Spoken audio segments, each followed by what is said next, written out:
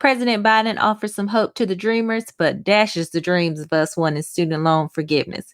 Ted Cruz flees Texas and heads to Mexico. And I talked with the candidate who is running against Marco Rubio in 2022. Hey, girls and guys, I'm Brandy with an I, and this is Did You Hear the News?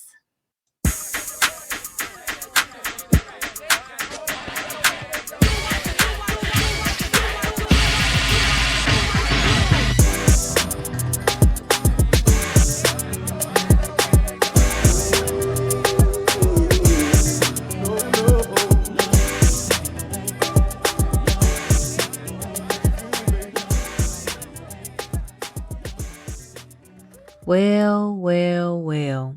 If it isn't the consequence of so many different people's actions. This week has been just absolute shenanigans every day. President Biden continues to do his very best to work in the conditions he was given. He has rolled out a sweeping new immigration bill that would provide immigrants a path to citizenship in just 8 years. I think DACA recipients and children that were brought here when they were young, it would be even sooner than that. However, it's not really expected that the whole bill will pass in its entirety. There are already many different pieces of legislation for immigration already that are separate. Like almost everything that he tries to get through in his agenda that he does not use an executive order for, it's most likely going to be an uphill battle because once again, it's just a very sweepingly large bill and it's most likely going to have to be piecemeal. There's probably not going to be any way around it. There's a small margin in the House. There's even smaller margin in the Senate as far as majorities go. And honestly, you would think because this is such a hot topic and there is supposed to be such a concern on both sides for this issue that some agreement would be made. But we'll just have to see what goes on. We know that many politicians will use a issue as a springboard into getting votes, and then they will completely do everything they can to block the actual legislation on that issue. So we'll keep our eyes and ears peeled as far as that goes. It seems some of the first Mexican immigrants or migrants have started to trickle into the United States. Unfortunately, it seems that they're dealing with some miscommunications along the border as it pertains to the new laws and who can come over and things of that nature. So it's going to be a fight to get our immigration laws together to kind of work through what all is actually happening at the border right now. We know that we have a wall that was pointless. So yay, USA. Speaking of President Biden, he held a town hall with CNN on Tuesday and it was real cute. It was real cute until the very end when a person asked a question about student loan forgiveness. And she basically said, well, we've all said $10,000 is a joke. $50,000 is more of a necessity. And she asked him how he would get that done. And he flat out told her he would not do that. And if you can imagine, I melted through my couch because Joe, it's not even like, I don't understand. He gave a response, something to the effect of, he doesn't really want the money going to people who went to Ivy League schools. And Joe, I'm trying to understand, Joe, because I did not go to an Ivy League school. I went to a public university. And if I'm not mistaken, my tuition was about $17,000 a year, if I'm not mistaken. So if we're going to do maybe, and I might be generous, $17,000 a year times 4, that's about $68,000. for my college education. And then I had $38,000 of those dollars in student loans left to pay. And this was from 2007 to 2011. Why do you think $50,000 constitutes a Ivy League education? I'm so confused. And why do you think that people that went to Ivy Leagues aren't working class? I have questions. And then he wrapped his answer up by saying, because I don't think I have the authority to do it. So this is where my frustration had reached its limits, because Chuck Schumer and Elizabeth Warren have been saying since like November or December that President Biden has the authority to pick out one of his pens from his box and sign an executive order for giving $50,000 in student loans for everyone. Now, they have been saying this constantly for weeks and days, up until the point of this town hall. So what really was throwing me was that it's like, are we not communicating? Like, do the phones not work? Can you not get him on the ringer so you can get a meeting in the Oval Office? I know he's meeting with everyone else. You guys might not be first priority, but can you put some on the books for the people? Because, listen, there's just not a world in which I foresee me actually even being able to live the life that I want and continuing to pay these student loans. I don't see it. I think a lot of us don't see it. I think a lot of us would not want to pay a mortgage payment every month because our student loans are ridiculous. I think a lot of us would really need help. I'll tell you about how many of us. If you did not know, about 40% of people who have student loans never even got a degree. And millions of Black and brown people are the ones who are disproportionately affected by student loans. And here's another thing. I'm really sick of paying them, Joe. I'm really sick of paying them. I don't even know what else to say. So I'm sick of paying money and it not going anywhere. I'm just sick at the fact that I've been paying on these student loans for the better part of 10 years and have the same amount that I left college with as a balance. I'm sick of it, Joe. Liz, Chuck, Ilhan, Ayanna, get on the phone, because I don't know what y'all need to do, but just tell me what I can do. Tell me what I can do besides tweet every day. Let me know what I can do, because they gotta go. Now, I think after they realized what a hot issue this was, of course, it was asked about at a press conference to the press secretary, Jen Psaki. I'd like to think that I had something to do with that, because I was the one who tweeted, somebody please ask Jen Psaki what's up with these student loans. So, of course, someone asked the question, and Jen gave a generic answer to the effect of, President Biden wants to do $10K. Elizabeth Warren and Chuck Schumer are saying he can do $50K. He's interested in maybe doing it with some restrictions. I don't know. The messaging is murky. That's my issue. My issue is the messaging is murky. And if you guys could just get together and clear it up. If it's a straight no, then so be it. But it can't be a no, because I don't think so, when other people are saying, no, it absolutely can be done. I think we need to get together on our messaging. Because if it's a no, I don't want to do it, then that's different.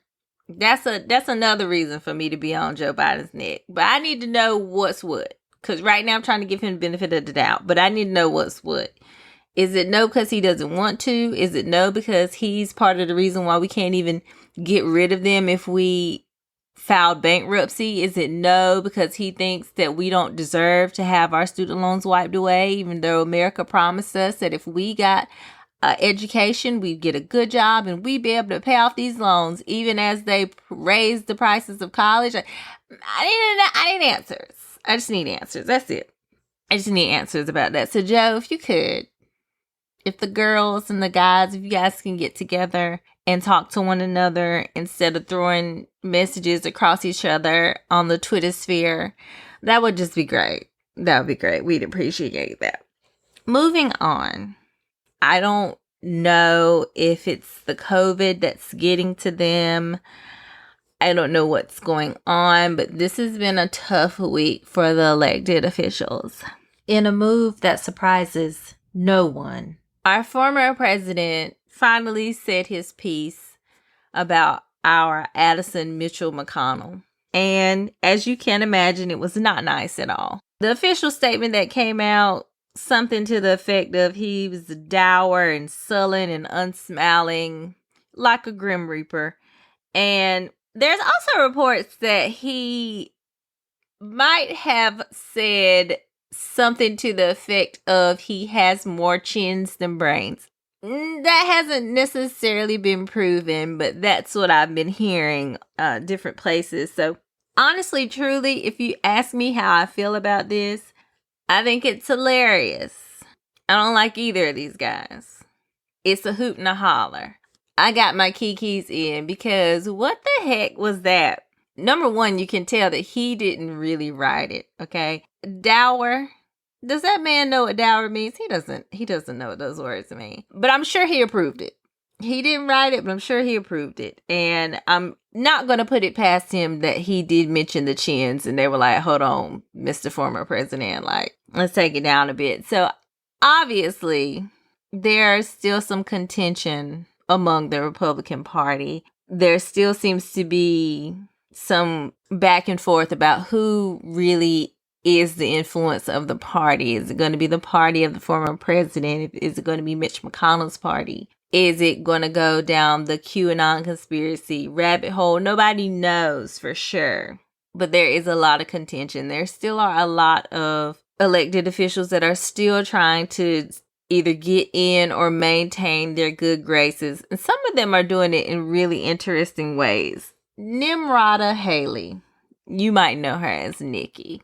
This week, she decided she was going to give her 2 cents on the former president, but it was really confusing because it was a seesaw of emotions from her. I mean, you know, when he first came out as a candidate, she had very strong things to say about him, and then he basically won the nomination, and she switched up like a lot of them do. She switched up, and then she basically said, hey, you know what? He's not so bad.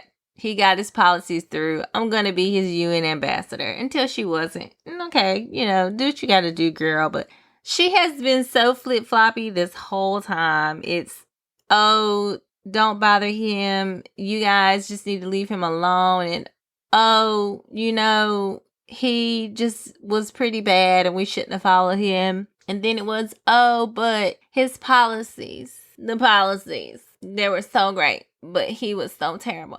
It's like, girl, figure it out. Figure it out. And I feel like the former president feels the same way because apparently she attempted to have a meeting with him at Mar-a-Lago. It's like the new mob boss lair. Like everyone's got to go down to Mar-a-Lago to kiss the boss's ring. I don't know what's going on there, but apparently she reached out for a meeting and he was like, no thanks, smell you later. So I don't know what that means for Nikki, but all the best to her in her endeavors. Wow, Governor Andrew Cuomo, like, I wanted so much better for him. New Yorkers said, I know y'all think that's real cute, him on CNN with his brother, but he's terrible. And I was like, oh no, is he really that bad? And like, maybe he is. I can't be sure, but apparently it came out that Andrew Cuomo's office might not have actually reported the nursing home numbers correctly. It's quite possible that they hid around 50% of their numbers. 50% is a lot. That's half. So about 50% of the numbers for deaths in nursing homes may have actually been underreported. Now, that came from Attorney General Letitia's office in New York. I guess part of the issue is that when people from nursing homes went to hospitals and they died in hospitals, they weren't being counted as dying in nursing homes. But that's still an issue because you also are not counting correctly who has come back into a nursing home that was sick that you say you can't turn away that may have gotten others sick. But then, oh my gosh, then one of his staffers came out and said, listen, here's the thing.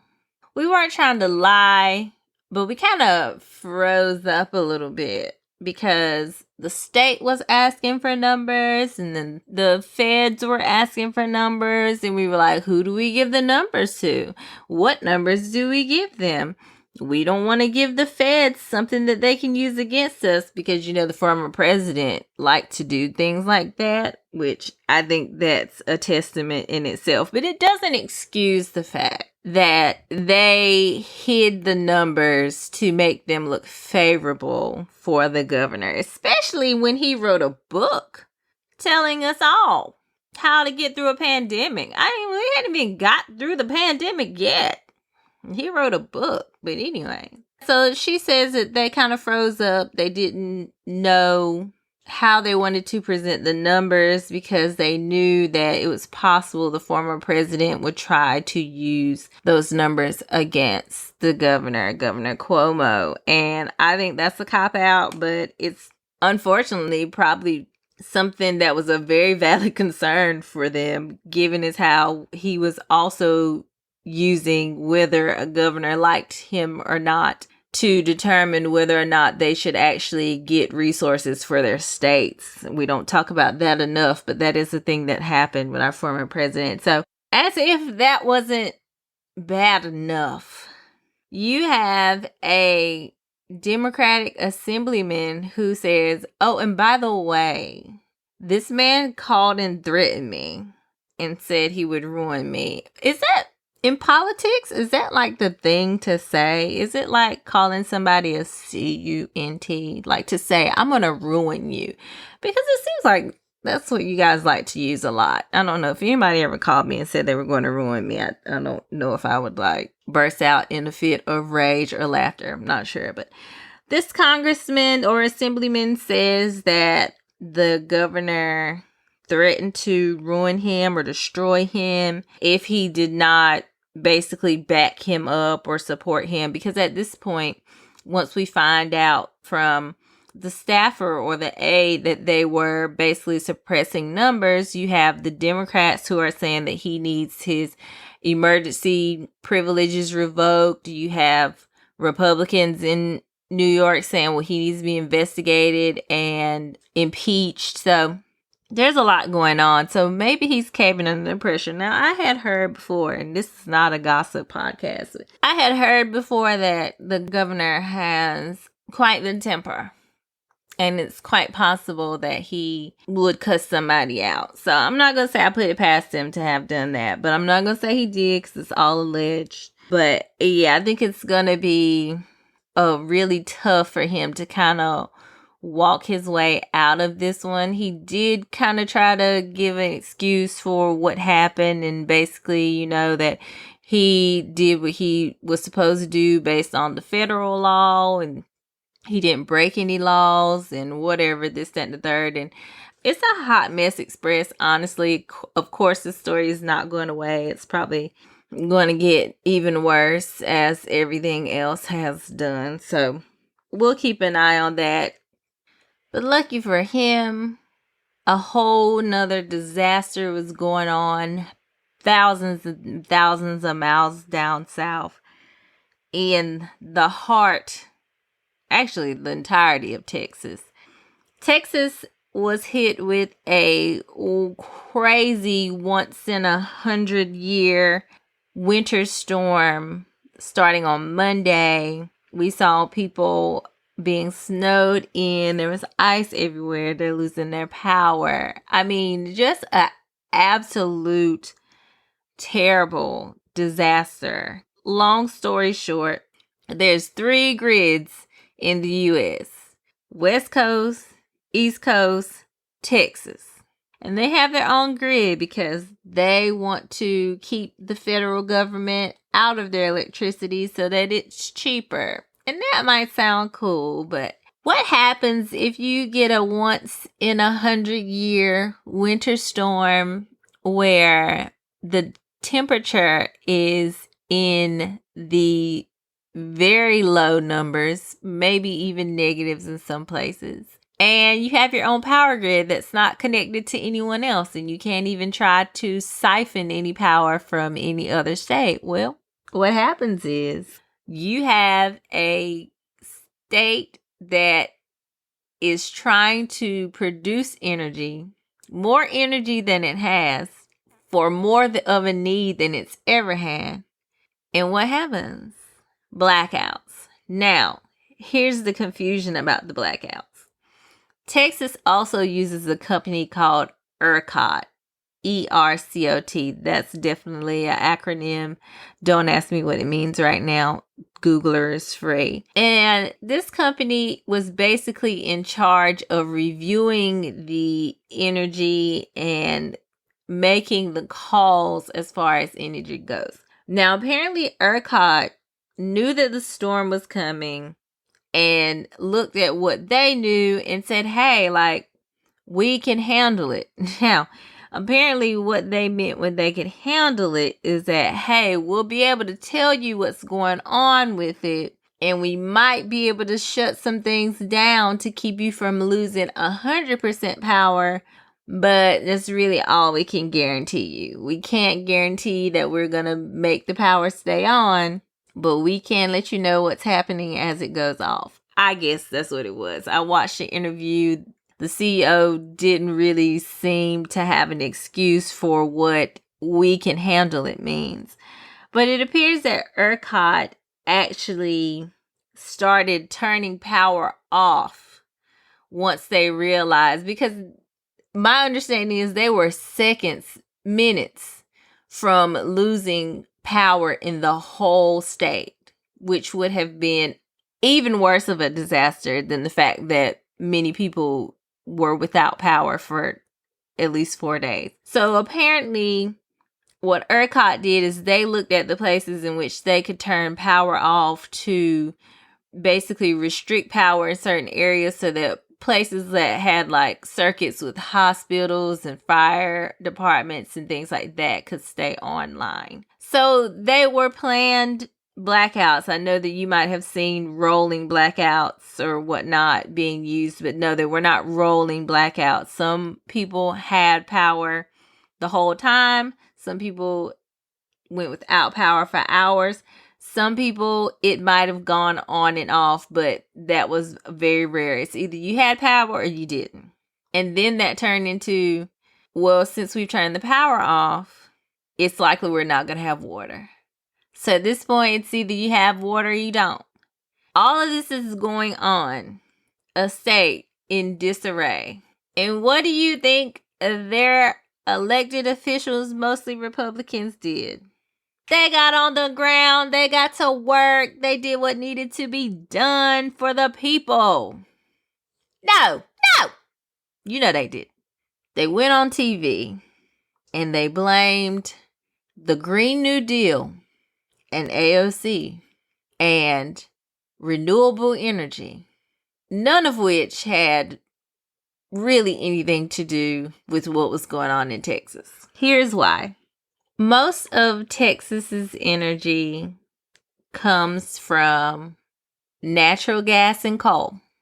That's not renewable energy. It's not the windmills that might have frozen because they were not weatherproof that only account for about 10% of the energy in Texas anyway. No.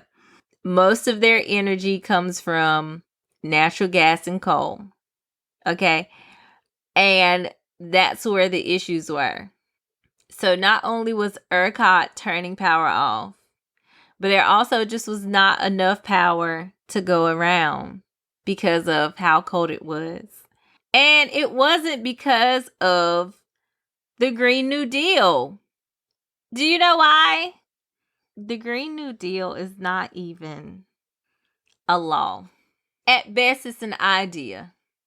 And these people went on outlets like Fox News, who were never going to fact check them, and said things like, this is what happens when you use renewable energy, and this is what you'll get when you have a Green New Deal. And it's like, what?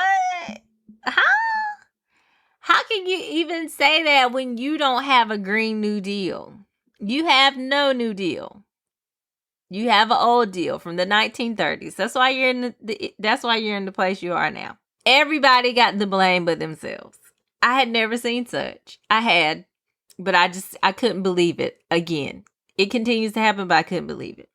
So that was a bad take from the governor. It was also used by some of the other elected officials in the state. And then you had Rick Perry, who is the former governor of Texas, who is the Secretary of Energy, telling folks that they ought to be happy to go 3 days without power in freezing temperatures for the sake of keeping their energy private. So it'll be cheap, which is funny now because people are starting to get bills for upwards of $10,000. People's bank accounts are being wiped because they have auto pay on their accounts. They have their card information on their accounts. Take it off. Take it off until you can dispute the bills, because why would anybody be paying upwards of $10,000 to not have power for days, for your elected officials to act like you should be happy to go without power in the midst of a winter storm? That's not all. A former Texas mayor told the people that the government owed them nothing and they should stop whining and get over it. People are freezing to death, starving to death, dying of carbon monoxide poisoning because they're trying to heat themselves up in dangerous ways, like in their car with gas grills or whatnot in their homes. People are dying, and the best you can give is get over it. The government owes you nothing. He resigned. Now, here's the thing about his story. He claims that he wasn't even the mayor when he said it. He claimed that he had already resigned. Nobody knows how true that is, but apparently they got a hold of his wife's information and she did get fired for the things that he said. So hopefully he was sitting at home in the dark contemplating his actions. But you know who was not? You know who said, this is pretty whack. I think we should get on up out of here. Senator Raphael Edward Cruz, also known as Ted Cruz. I couldn't believe when I woke up Thursday morning and I saw people saying, hey, is this Ted Cruz in the airport? Is this Ted Cruz on my flight to Cancun, Mexico? And I gave it some time because, you know me, I try not to jump to conclusions. I try to give people the benefit of the doubt sometimes. I was like, you know what? There's just no way. Ain't no effing way he would do something so stupid, so idiotic. Turns out there is a way. Ted Cruz, along with his family, boarded a flight to Cancun Wednesday night. And when the people found out on Thursday, of course they were upset.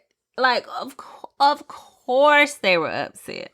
Ted Cruz realized that he had wet the bed on that one. Booked a flight back home immediately.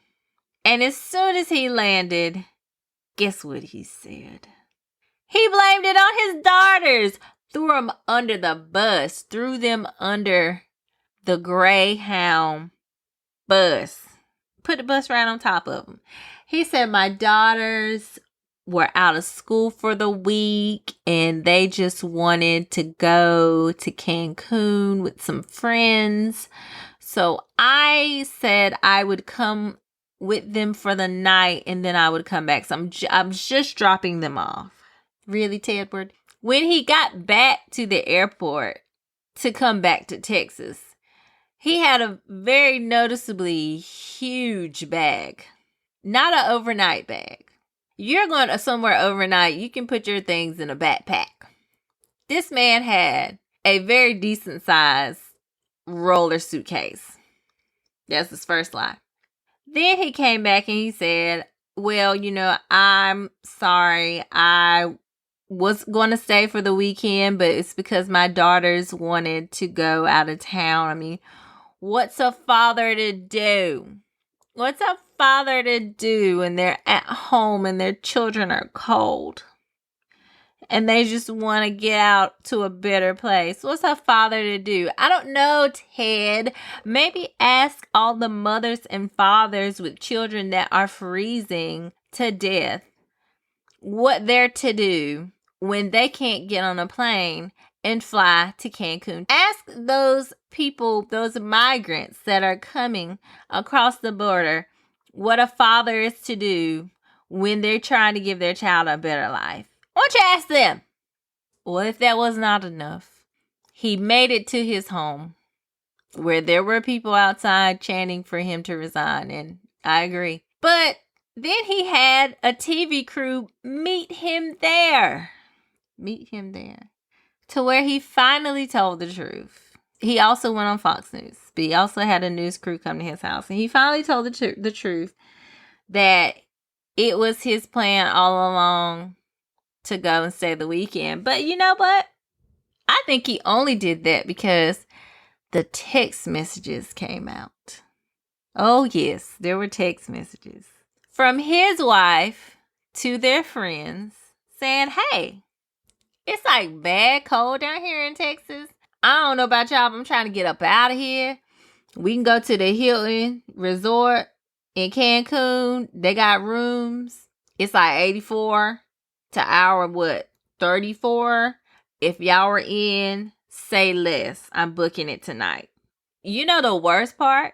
The worst part is that one of the people on the text message thread is the one who sent the text messages to the news outlets.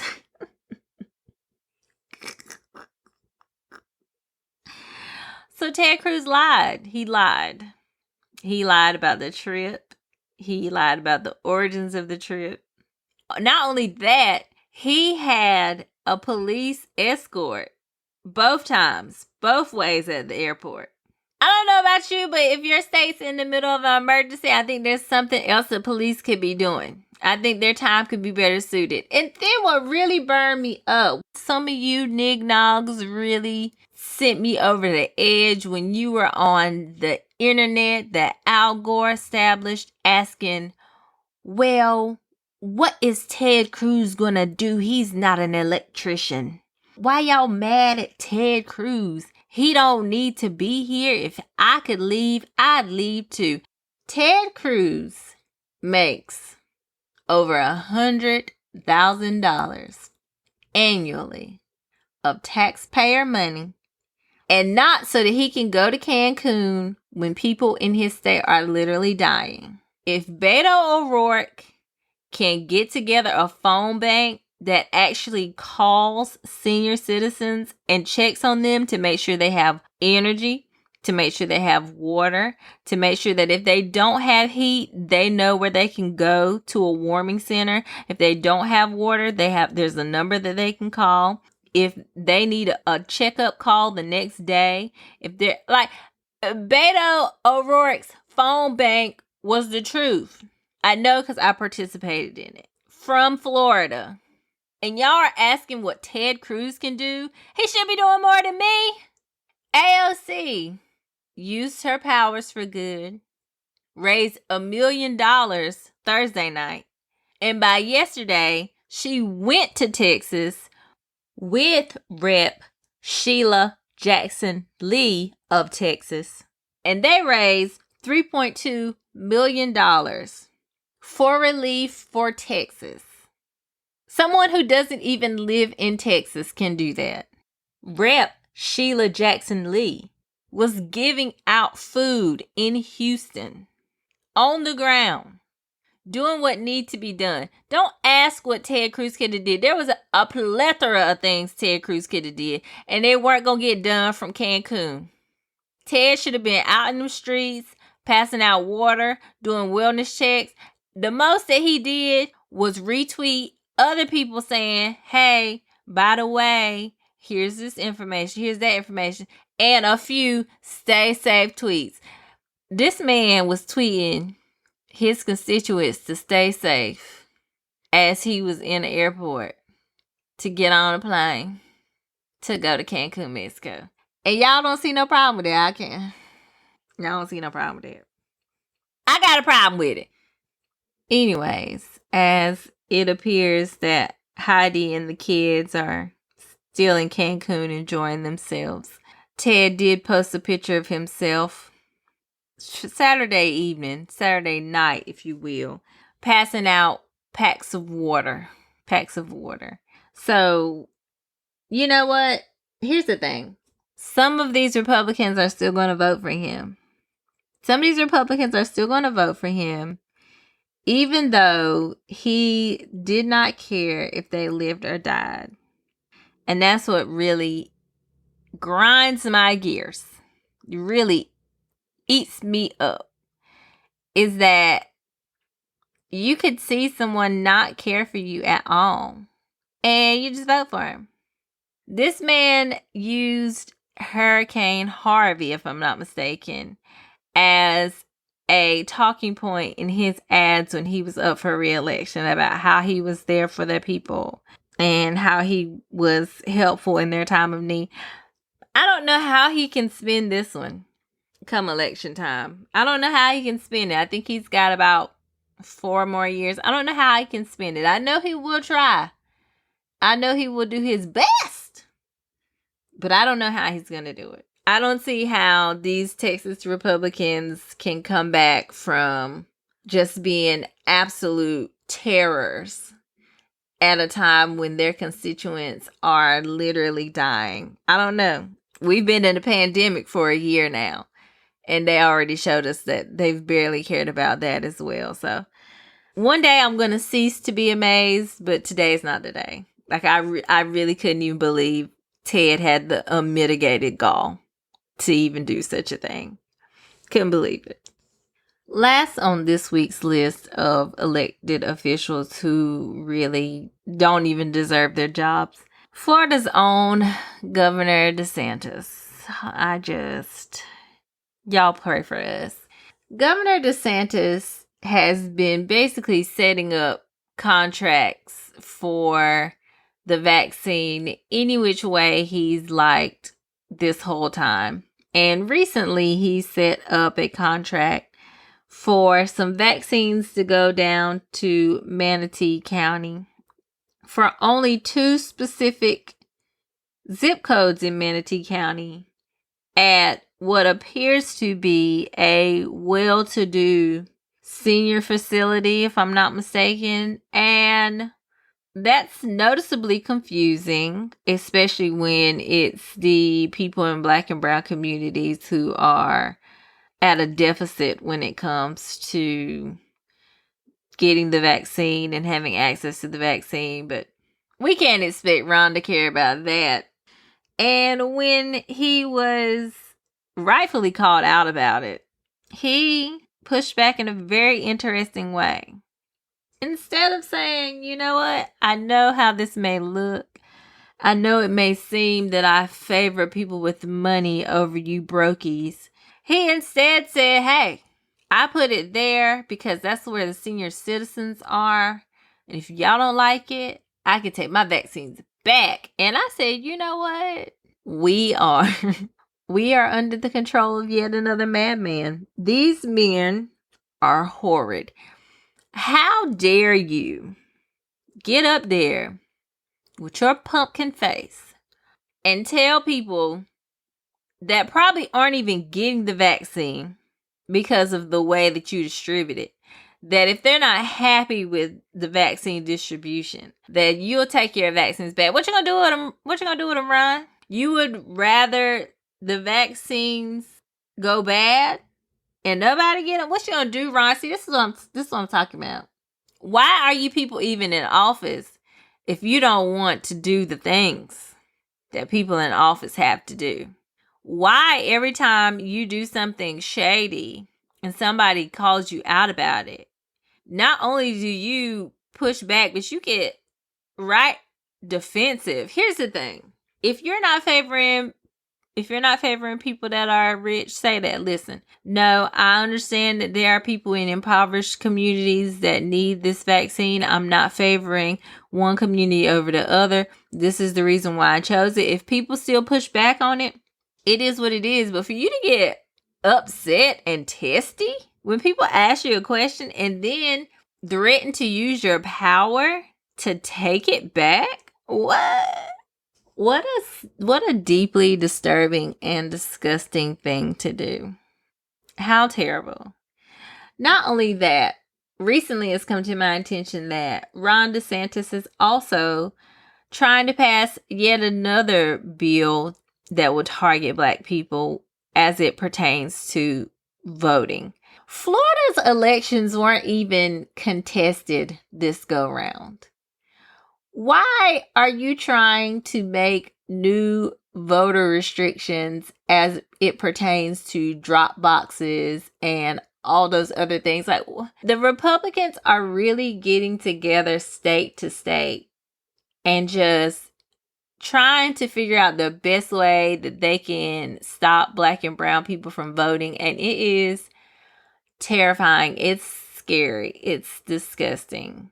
For him to say he wants people to have confidence in their elections when nobody at all said anything about Florida's election, except when they might have been comparing it to 2000 when there was the Bush-Gore thing. But that was a whole nother issue altogether, and we shouldn't even be talking about it. But no one was talking about Florida's election in 2020. So what are you trying to reassure the people of? That you'll find more ways to suppress Black and brown votes because the USPS didn't do a great job of that already last time? What else, Ron? What else? It's disgusting. And I mentioned to this before for you guys, but please pay attention to the For the People Act. This act is a commingling of, I think, the John Lewis Voting Act, and it would also do a lot of things like in gerrymandering. It would set independent councils or committees up that would actually do the redistricting and not the elected officials who are going to try to draw the map every which way so that it will favor one party over another. And there are a lot of things in that bill that I think we need to pay attention to, because if not, our democracy is just really going to fall to pieces. So I tell you guys all the time, contact your elected officials. Let them know what you care about. Let them know it's not okay to try to do even more to disenfranchise Black and brown voters, because we all know that's what it is, especially in Georgia when they're trying to get rid of early voting on Sundays, when they do, specific programs on Sundays to get people to the polls. Like, it's super noticeable, and we cannot be okay with this. So reach out to your elected officials and let them know that you are not okay with this type of stuff. Because if you do not push back on them, if you do not pay attention to what they are doing, they will do everything that they can to stay in power and to screw us over. And that's my action item for this week. Speaking of elections, it thrills me to have Allen Ellison here with me on the podcast this week. Allen is running for election to the U.S. Senate to represent Florida. He declared candidacy for a Democratic primary in 2022. Allen is a Florida native and small business owner. He's also a political scientist and has a not-for-profit NGO dedicated to positively changing and strengthening the lives of families and communities in the state of Florida. He's committed to ensuring all Floridians are heard, and his vision for our future is centered around improving the quality of life for all citizens. This means protecting Social Security, health care, the rights of women, veterans care, increasing disability benefits, making improvements to infrastructure, and our educational system. Hi, Alan. Thank you so much for joining me on Did You Hear the News? I'm really excited to have you today. So for all the people that aren't familiar with you, just start by giving us some information about your background and your platform. Well, first of all, Brandy, thank you for having me on your show. My background is very diverse. I grew up in Hardee County, Florida, which is in the centermost part of Florida, and I went to college at South Florida Community College at the time, which is in Highlands County. That's where I met my wife, and we've been married now for 19 years. We both went to Florida Southern College, where she did her pre-med and I did pre-law, political science. And then we both ended up moving to Washington, D.C., where we both were in school and we both took time out of school when she got pregnant. And so we came back home and started a life here. Eventually, we went back to D.C. and she finished up her medical degree. And I decided that we needed to come back to Florida once again so that I can start my political science career. And the other thing is I'm running for a statewide seat for the U.S. Senate against Marco Rubio. And so there has been a great deal of excitement and momentum around this campaign. We have seen our numbers grow on every single level, from financial to social media to volunteers. We have grown very quickly in a very short time frame. I think since I have announced, we have gotten about 75,000 new Twitter followers. Our campaign now has about 1,000 volunteers from across the country. So Americans want to retire Marco Rubio, and so it's just building and it's growing and it's growing on every platform. We put a video out on TikTok the other day, and it got 120,000 views. It was my first time doing TikTok, but people seem to love it. So we're continuing to do all that we can to reach as many people as we can and bring responsive leadership to the state of Florida. I'm glad you brought that up because that's how I found out about you on Twitter. You came through at a time where I know a lot of us are really just so frustrated by the leadership here in Florida, especially young millennials and Gen Zers. And we're just like, someone save us at this point. So when I saw you on Twitter and you seemed like you were so accessible, it was like a breath of fresh air to me. But when I have the conversation with other folks, it's kind of like, well, do you really think he can beat him? You know, given that Marco's kind of like the establishment Republican, you know, and you're like a newer face on the scene to a lot of us who aren't familiar with your background. I'd like to think that if what could happen in 2020 and the Georgia special election can happen, then why not? Well, it has happened literally around the country and throughout history. What I'm getting ready to do, it's been done many times before. In fact, there are currently 12 United States senators who have beat incumbents, and they have had very little or zero political experience. And I think what's happening is it's following the political climate where people are really tired of career politicians, because Marco Rubio has been in office now for 11 years. And when you ask most people, can they feel the policies that he has put forward, most people don't even know what he has done. And the reality is that he's missed work 60% of the time. And so I don't know if anybody on their job that they can miss that much work and still keep their jobs. So it's just one of those things where, as a political scientist and as a campaign and a candidate, we have to educate voters to let them understand that really this is a partnership. So there is no way that I, by myself, am I going to beat Marco Rubio. But collectively, if we all get out and vote, if we all do our part, then this is a very easy task. There are 97,000 more Democrats in the state of Florida than Republicans.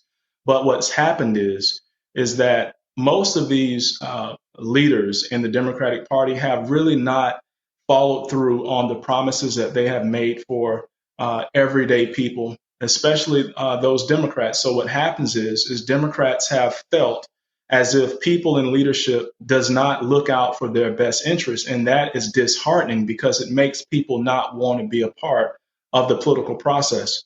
Part of our campaign is to make people understand that, yes, I am running for the United States Senate. But the reality is that it is truly a partnership. I'm running to represent your interests, not my own. And so that means that I have to be accessible. That means that I have to be listening. That means that I have to have a very intimate understanding of what you are dealing with.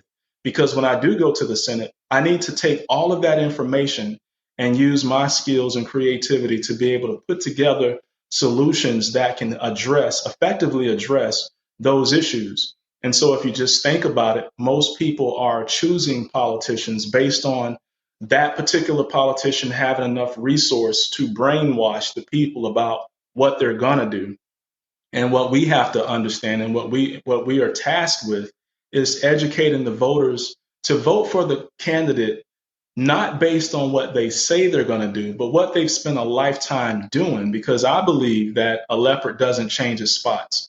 Whatever a person was doing before they ran for office is probably what they're going to be doing when they're in office. If they were hooking and crooking, then they're going to get into office and they're going to continue to hook and crook. If they were out advocating on behalf of people, if they were marching, if they were protesting, if they were trying their best to make improvements to our society, then those are the kind of people that need to be in office. And a lot of times, these are everyday people. These are the things that we have to start looking at, because if we can start looking at those, I believe that educated voters about politicians make better voters. So we're going to do our part to educate the voters, to dispel all of the lies, because the Republican Party has done a very good job at branding Democrats, but the Democrats haven't done that great of a job in branding themselves and branding their message. And so I want to make people understand that as a Democrat and a progressive, we are the party that is about improving the quality of life for everyone, not just people that are in our party. And so that alone is a stark difference between myself and a person like Marco Rubio. And at the end of the day, it's really about who's going to be able to capture the imagination of the people. Because if what I'm saying is resonating with more people than anyone else, then ultimately those people are going to vote based on that level of inspiration. And so I tell people when they say, Allen, you don't have the name recognition, I just tell them, listen, just keep watching. Because if you see what we're doing, we're building a momentum movement that is based on the people, not myself. That's why I spend so much time, and you've probably seen me spend hours upon hours early into the morning, 3-4 o'clock in the morning, answering as many questions as I can, because I want to create an environment where people understand that this is really a partnership. And in fact, it's called an agency. It's whereby one person represents the interests of another. So if I'm going to represent your interests, I need to know what those issues are and what's near and dear to your heart. Awesome. I'm glad you mentioned that, because I do have some questions. I asked around. I asked a few people what they would be looking for if they had the chance to talk to someone who was running against a Marco Rubio or running for the state of Florida. And of course, COVID is a big deal. It dominated us for the almost a year at this point. So I know that a lot of people have lost their way of life, their income. Children are in school, but they're working from home and they may not have the resources to do that.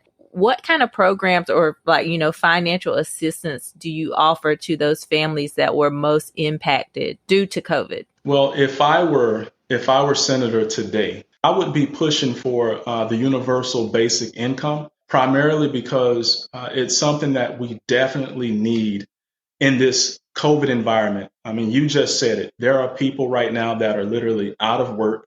There are people that have no job to go back to because the businesses are gone forever, and people have lost people. And so when you think about just this for a second, right now we are facing a recession and the crime rate is going up because people are desperate. And so I believe that if we did have some type of wage subsidy or a universal basic income like the other 33 developed nations around the globe, this would help to get people through this time.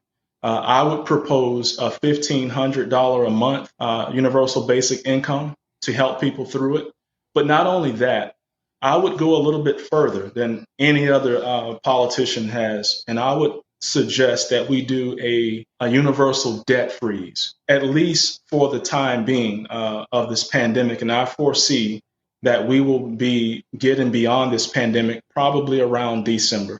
So if we could have a universal debt freeze, that would allow people to not be so stressed out. That allow people to breathe a little bit and be able to stay home like we should be able to do. But it's difficult for people to stay home when the bills are continuing to roll in. It actually forces them to go back to work or find some way to get revenue so they don't go under. So if we had a universal debt freeze and you didn't have to pay your utility bills, you didn't have to pay your rent or your mortgage or your car note and all of these things that people are forced to have to pay every month while we're being told to stay home, it would allow people to be able to stay home. And I believe the COVID numbers would come down significantly. And as far as the revenue that's needed to be able to eat and stuff like that, I think the $1,500 for a year would go a very long way. And it would give us the opportunity to try this program, this universal basic income. Some people know it as UBI. It would give us an opportunity to experiment with this. And it's a shame that we lead the world in terms of our economic strength, but we're not doing the thing that we need to do for our people. So I would push for that. The other thing I would push for is a program that inspires and educates people about entrepreneurship. We need to become more of a producer society because right now we're more of a consumer society. We are taught to go to school, get a good education so you can get a good job. And that's great. Jobs are great. But what we need to be teaching our young people is to take the knowledge that you've learned in school and start a business, because it is small businesses that are the driving force of our economy. And we want to make sure that small business owners, entrepreneurs, people that are very interested in going into that direction have every available tool necessary to them. And so that means that we have to provide the resources. And so there are about $2 to $4 billion that go unused every year, or that's put into the SBA, but people are having a hard time accessing those funds because of the amount of paperwork. So we want to reduce the amount of paperwork. We want to streamline the process, and we want to make sure that people get access to the funds that they need to start those businesses. And we're going to need those businesses to replace all of the businesses that we have lost in this pandemic. The other thing that I was thinking is, and this will probably be expounded upon later on in this conversation, but we really need to focus on decriminalizing the use of marijuana and basically legalizing it. Because if you think about the tax revenues that we could generate off of legalizing marijuana, we could actually pay for a system like the UBI or any other program. When Colorado legalized it, the first month that they legalized it, the state did $100 million in tax revenue. And that's just one state. Imagine if we did that in every state. We could help our people significantly. We just have to get out of our own way, think outside of the box, and use the creativity that we have within us. And that means if it hasn't happened in the last 11 years, and it probably won't happen with the same people. So we have to replace these people and bring people in that have new ideas and new ways of thinking to solve some of the toughest problems that we have in our nation. I'm glad you mentioned that, because that was a question I did have, especially when it comes to all of the Black and brown people that are incarcerated due to marijuana charges. But we see that it's becoming very popular. It's like the end thing to do now is to legalize marijuana. And then, all the elites get into the business of marijuana and they're profiting off of it. but we see Black and brown people incarcerated for it at disproportionate rates. Absolutely. It's so unfortunate because the numbers don't lie. There are 70% of Americans that are already using marijuana in some form. And we have been at this juncture so many times in American history. At one time, the sale of tea was illegal. At one time, tobacco was illegal. At one time, whiskey was illegal. At one time, the lottery was illegal. But they found ways to legalize it and benefit from it and help a lot of people in the process. And in helping those people, we didn't see so many people that were engaging in those commodities and activities going to prison. And so if we could do the same thing, we would see the crime rate go down.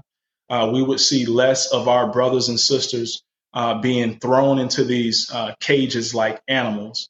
And we could utilize the revenue from it to benefit American citizens and Floridians alike with programs like universal basic income, even programs like universal health care coverage. Because these programs, if enacted, they have to get paid for. And a program like legalization of marijuana can very well pay for these programs.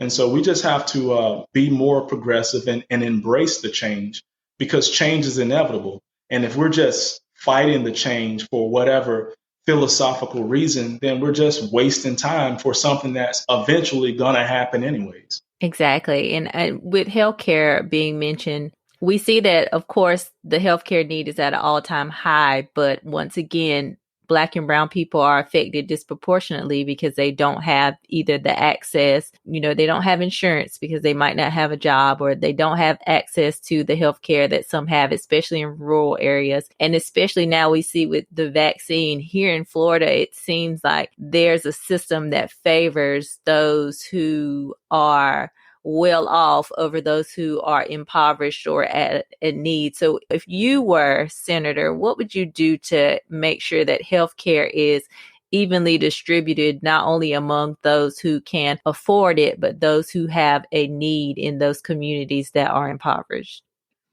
Well, I don't have to be a senator to address this issue. We're actually putting together a petition right now to address this issue, especially since it's so many reports that have come out about Governor DeSantis disproportionately sending resources to communities that look like him and communities that are well off. This is actually a reason why I'm running for office, because I come from those types of communities where people have been disregarded, overlooked, forgotten about. I've come from those communities where people have taken resources and redirected them to communities that really don't even need the resources, but they do this. And they do this across the state. They do this across the nation.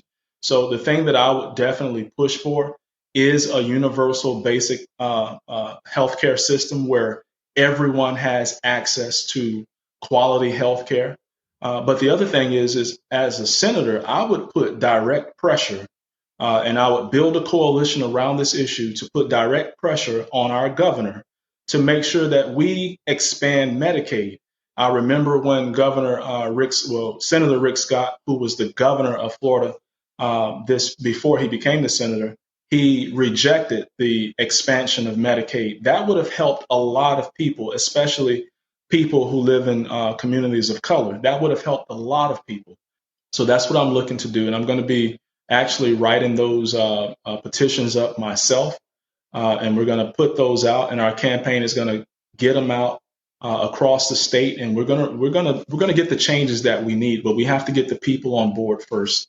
Awesome. Awesome. So you mentioned Governor DeSantis, who has been the source of a lot of frustration for a lot of us down here.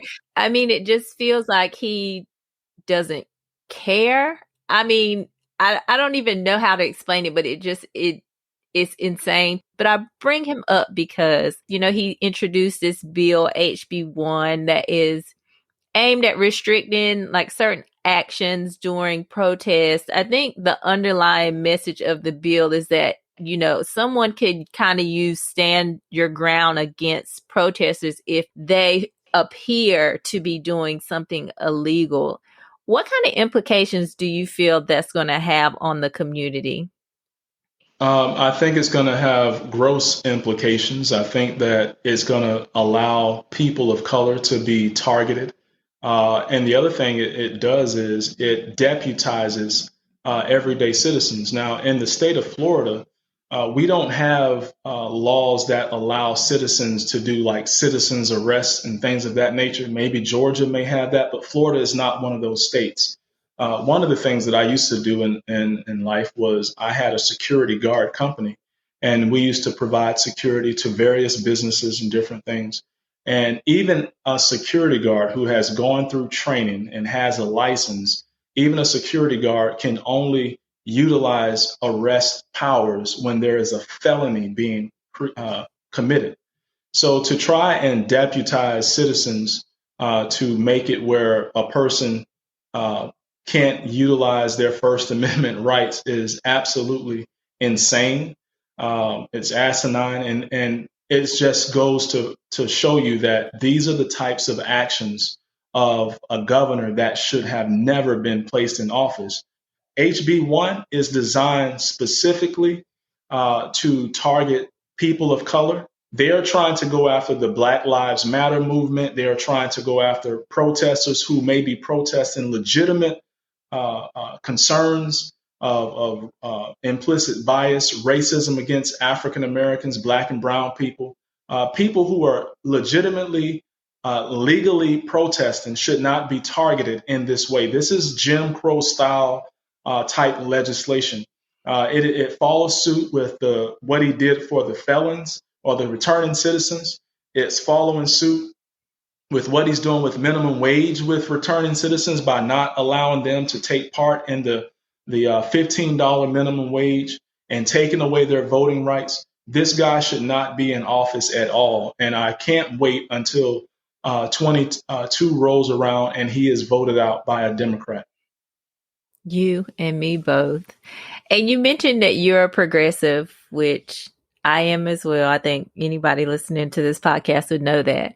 And so I just wonder how you feel about the fact that we know that the progressive wing is like an ever growing part of the Democratic Party.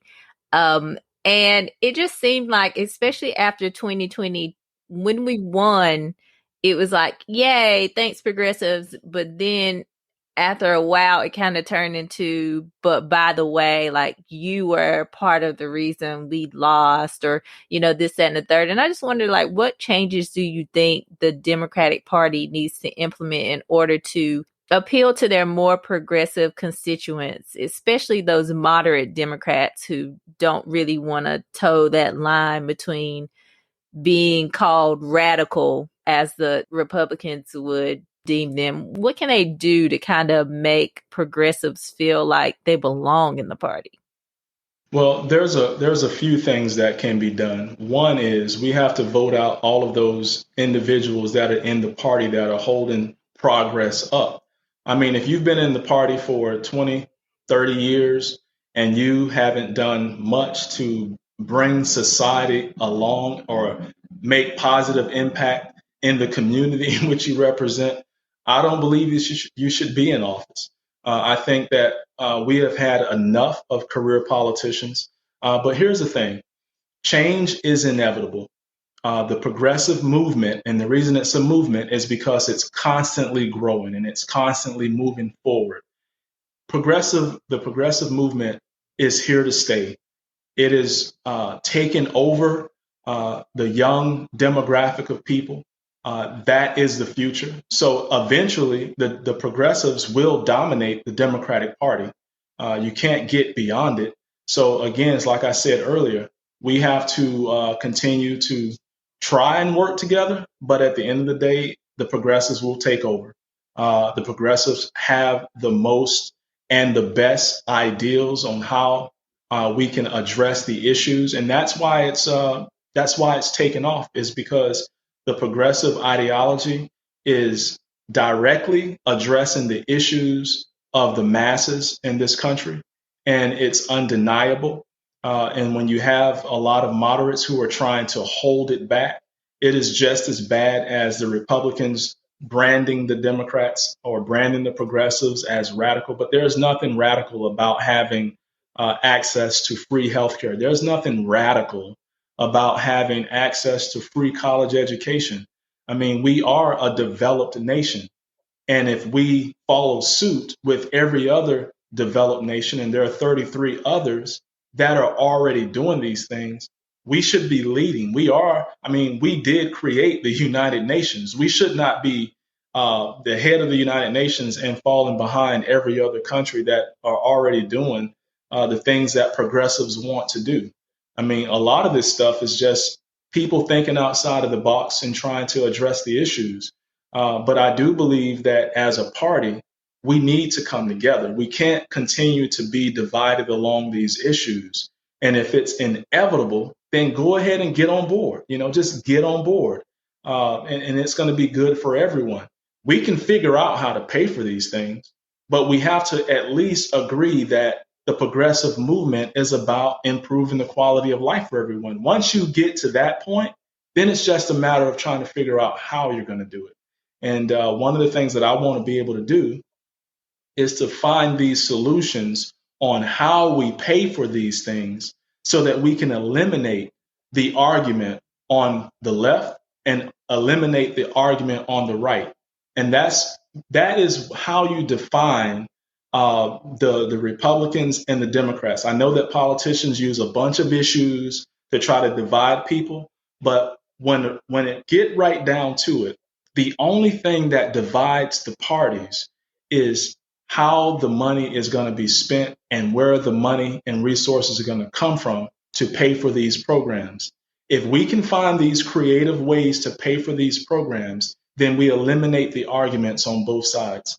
I totally agree. And this would be my last question because I know you have to get out of here, but I'm glad you brought up division because there appears to be just a lot of division amongst Democrats, Republicans, within the Republican Party, left versus right, moderate, progressive, all of that. But I'm wondering, how do you unite with Republicans when it kind of feels like the issues with them are kind of not in line with actual morals and values and actually trying to help the people? It seems like the issue with them is trying to hold on to power. Like we see how the lengths they will go to stay aligned with the former president, even when there appears to be no real policy value to doing that. It just seems like they're trying to stay within the realms of power because they know their power is waning. So how do you unite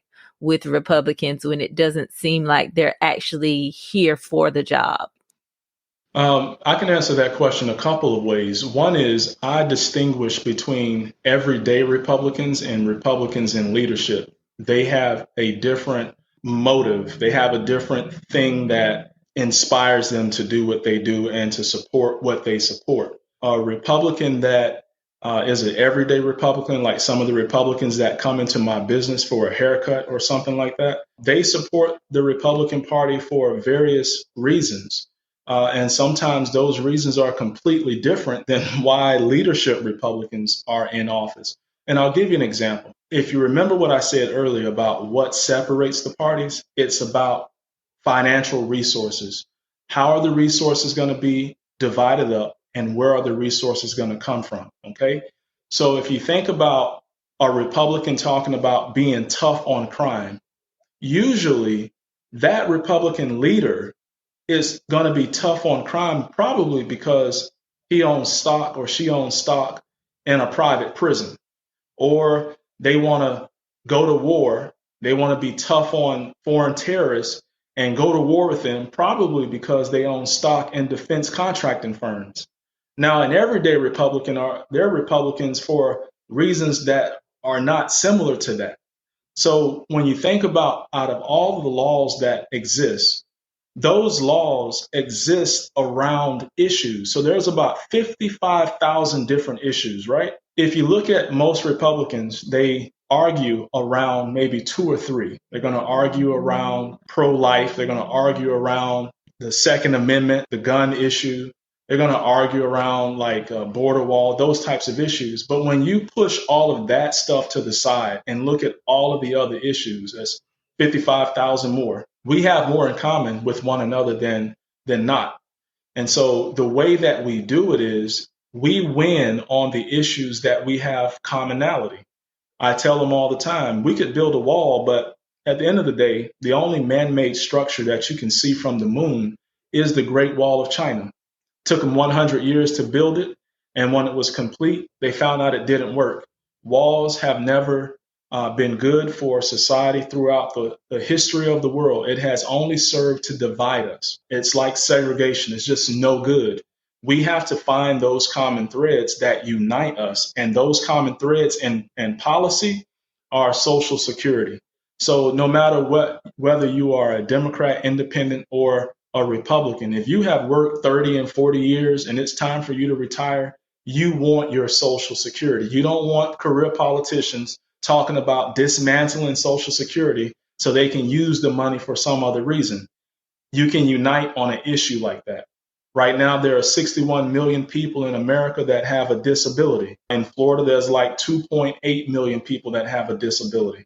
When people are disabled, they depend on those disability benefits. And the reality is that you can get into a car accident today and become disabled and have to depend on the same system as all of the other 61 million people who are on disability. And it doesn't matter if you're a Democrat, Republican, or independent. And so what our campaign tries to focus on is speaking to issues that affect everybody alike, and then finding those common threads that bind us together so that we can use it as a launching pad to move forward on those issues together. So it's very important that we do come together and we do find ways to work together. And as far as those seditious senators, some people you just can't work with. And in those situations, it's best to unite around people that can challenge them to get them out of office. Not every person in office deserves or need to be in office. We have to make sure that the people that are there are people that, well, it doesn't matter what their philosophical ideology is. What matters is, do they have a heart? Do they care about the people? And are they willing to listen and learn and move forward? And what you find out is that in our Congress, there are a lot of people who just don't need to be there. And so, I understand that one of the reasons why they do not do what we think they should do is because they're trying their best to solidify Trump's base. Remember, Trump brought 40% more Republicans into the base, or I'll say it this way, he brought 40% more voters into the Republican base. And a lot of politicians rode his coattail in on that. So they know that without that base, they could easily lose their seats. So people like Marco Rubio, who have aspirations for running for president in 2024, if you notice his tone, it's starting to sound a whole lot like Trump. It's because he feels that if he can solidify that base, and a lot of other ones feel that they can solidify that base or not lose that base, it will guarantee their future in politics. But here's a harsh reality. My daughter, who is 10 years old, going on 32, she'll be turning 18 in just 8 more years. And her age demographic of people are more homogenous than any demographic before her. And I'll tell you this, those are progressive young children who will, when they turn 18, they're going to dominate the political landscape because they have a much larger population than the baby boomers who have been dominating the landscape for the last 60 years. So when we see these 10-year-olds turn 18 and they're larger and the baby boom demographic is leaving this place, we're going to see the progressive ideology flourish in our politics. We're going to start to see more people that look and sound and think like you and me. And it's going to be a beautiful thing when America is truly the melting pot that people talk about. And so, that's my stance on the issues. I'm excited about the future. I'm excited about running for the United States Senate because it has also given me the opportunity to talk about some of these things, whereas some of our Republican leaders are not talking about them at all. And I get a chance to talk about this stuff every day and raise the awareness on some of these issues. Absolutely. And I'm really glad that you came to join me today because I'm really excited about it too. 2022 is a way away, but it'll be here before we know it. So please come back on the show because I feel like there are many more things we can talk about, many things that I didn't even get a chance to discuss with you. But I know that we'll want to hear from you in the months to come, especially with how 22 is shaping up to look. So thank you so much for joining me. Tell the people where they can find you. You can find me at allenellison.com. Find me on Twitter at Allen L. Ellison, Facebook at Allen Ellison for Florida, or the group Allen Ellison for U.S. Senate. We're on TikTok, Instagram, LinkedIn. We're everywhere. So please follow us, engage with us. We want to know what's on your heart and your mind because I'm looking to be the champion for the issues that you care about the most and bring responsive leadership to the state of Florida. Thank you very much for on your show. Awesome. Thank you so much. And thanks to all of you gals and guys for listening to Did You Hear the News? I'll check y'all out next week. Bye-bye.